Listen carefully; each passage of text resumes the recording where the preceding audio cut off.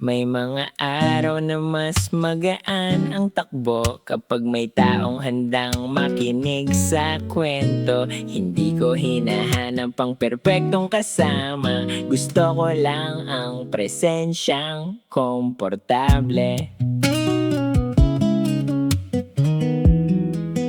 Yeah. Kapag may bagong nangyari sa araw ko, ikaw ang gusto kong unang pagsabihan. Kapag pagod naman ang isip ko sa trabaho, boses mo ang gusto kong marinig sa gabi. Hindi naman kailangang laging mag-usap, minsan sapat nang magkatabing tahimik.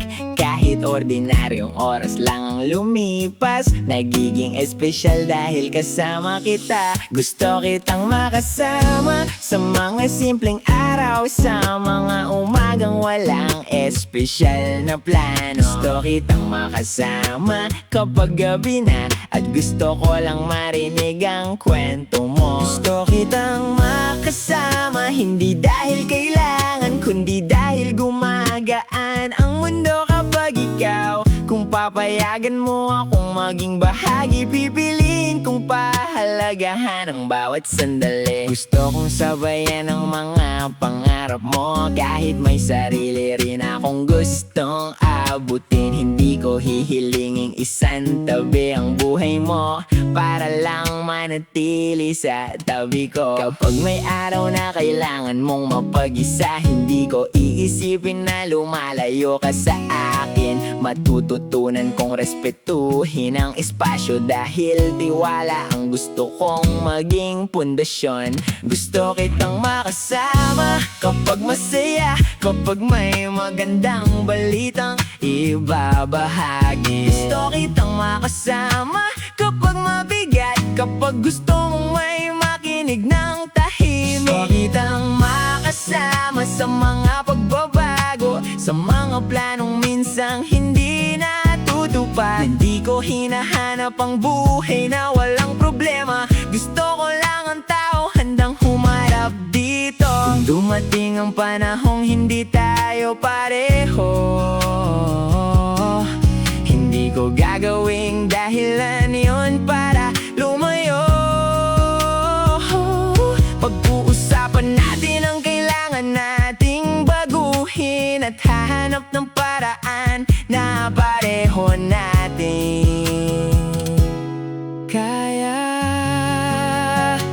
Hindi ko alam kung gaano katagal ang bukas, kaya ayokong mangako ng higit sa kaya. Ang kaya kong ibigay ay pagiging tapat sa bawat araw na pinipili kitang makasama. Gusto kitang makasama sa bawat pagkakataon na pareho tayong malayang pumipili. Gusto kitang makasama, hindi para angkinin, kundi para sabay nating maranasan ang buhay. Gusto kitang makasama habang lumilipas ang mga taon at nagbabago ang mundo. Kung pareho nating alagaan ang tiwala, baka sapat na iyon para maging tahanan. Kapag dumating ang panibagong umaga, hindi ko kailangang malaman ang buong bukas. Sapat nang alam kong sa dami ng tao, may isang taong gusto kong makasabay. At kung bibigyan tayo ng pagkakataon, hindi ko hahayaang maging ordinaryo ang halaga ng bawat sandaling pinili nating magsama. Dahil gusto kitang makasama ng totoo.